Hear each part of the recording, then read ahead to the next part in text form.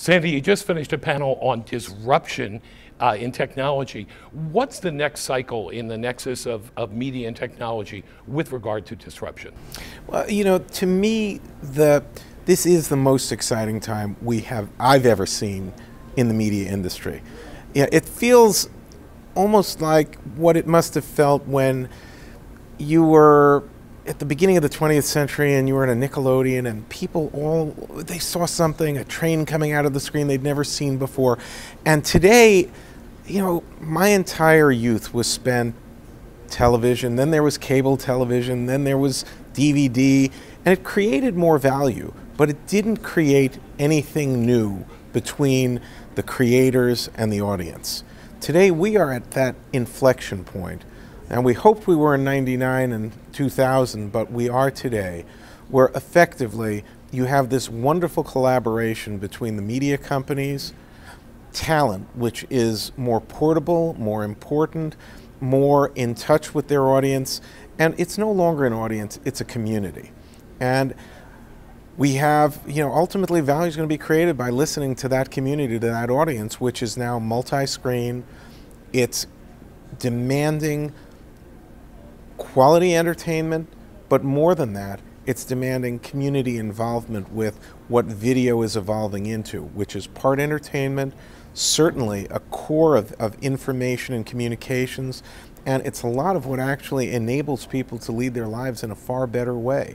It's not just intellectual, it is political, it is informational, and the most exciting thing to me, if I really think about the future of the entertainment industry, is that it's not about the Food Network, it's not about a health network.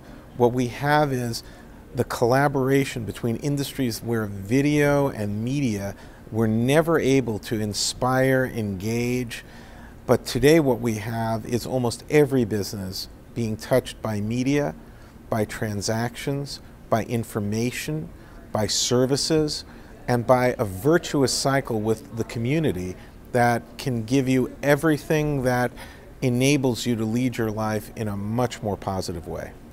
And in your remarkable career, which has spanned both creation and talent and everything that Hollywood has to offer, you've also certainly got a business acumen. Does the media business today have sufficient access to capital, and what impact will that have on the M&A market going forward? Well, the traditional media market has always had good access to capital and continues to have good access to capital. Now, there's a big difference between the business I entered and the business today. And when I entered the business, there were 3 networks and 8 major studios. There was limited spectrum. There was no home entertainment in the way that we have it, and certainly no mobile entertainment, which is a radical change. The traditional business is eroding, but it's not eroding as fast as people think. And it's still television, which is now 19 networks and far fewer studios, but what you have is vertically integrated and horizontally integrated media companies that can pretty much touch, you know, every piece of the, you know, traditional media business in an integrated way that actually serves the consumer well. What they are now trying to do is to increase the sort of interactivity and digital nature of their businesses. And I think there's lots of capital that's available for that. I think that the sort of insurgent models are being fed very robustly by venture capital, angel investors to venture capital.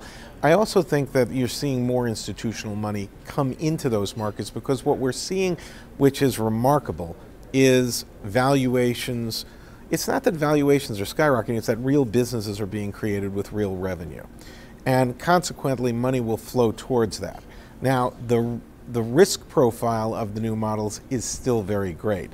And I do think we are in an experimental stage with a number of them. On the other hand, the amount of time people are spending with those new models is rapidly increasing. And we haven't seen the sort of rumored shift of advertising and shift of you know, dollars. So, you know, you talk about, you know, analog dollars being turned into digital pennies, but that may yet happen. And an erosion of 1 million cable subscribers a year, that may increase. I mean, at that rate, it's a slow decline, but we'll see what the transformation is. The one thing that is for certain is people are investing in cloud-based enterprises. They're investing in enterprises where they see a real connection. I mean, you put a little money out there now to see if there's a real connection between the content, the talent, the subject matter, and an audience which is either being supported by advertising, which is very difficult to make a profit in, or models that are living on top of that, where people will pay for affiliation, information, entertainment, engagement, and community that is much more balanced between subscriber and other forms of revenue. Now, given this remarkable landscape that you're describing, would it be fair to say that the media business right now is economically insulated? Well, the media business is not going away, it's growing. If you think of it in terms of amount of time people spend on what we would consider media, and if you define media as everything from the irreplaceable live sports to general entertainment to the new forms of entertainment, the amount of time people are spending is simply going up. I would argue, by the way, the amount of time people spend on social media is just time spent on media. It's just an expanding pie of a greater definition of the kind of engagement. I think of media as the business that engages your life and makes it richer, whether it's with entertainment, information, or services. And that world is just expanding. Now, some people are going to see their worlds within that world shrink if they don't transform properly, and others are going to see it grow very, very rapidly. And I think, for me, I look at, when I think about how value is created, I think about the areas that are untapped, that are simply going to explode. So I look at healthcare, wellness, I look at, telemedicine, I look at that area as a good example of a world where people need to engage with information, and they get it. I am partnered with Dr. Oz, and he does an amazing job of communicating health and wellness and actionable change in your life. And what we spend an enormous amount of time looking at is, okay, we have that traditional platform. What's the next world? What's the next engagement? What's the next embrace of that audience, of that consumer, of that patient, in a world where people are afraid to go to doctors, can't get information in any form that is meaningful or authentic, in a world where people don't take their medicine because it's too expensive, in a world where there's almost no sense of actionable encouragement and community involvement and personal involvement in change, we are seeing a rapid transformation based on media and technology of giving people tools that enable them personally, enable their family, enable their communities to actually create a better, healthier environment for the future.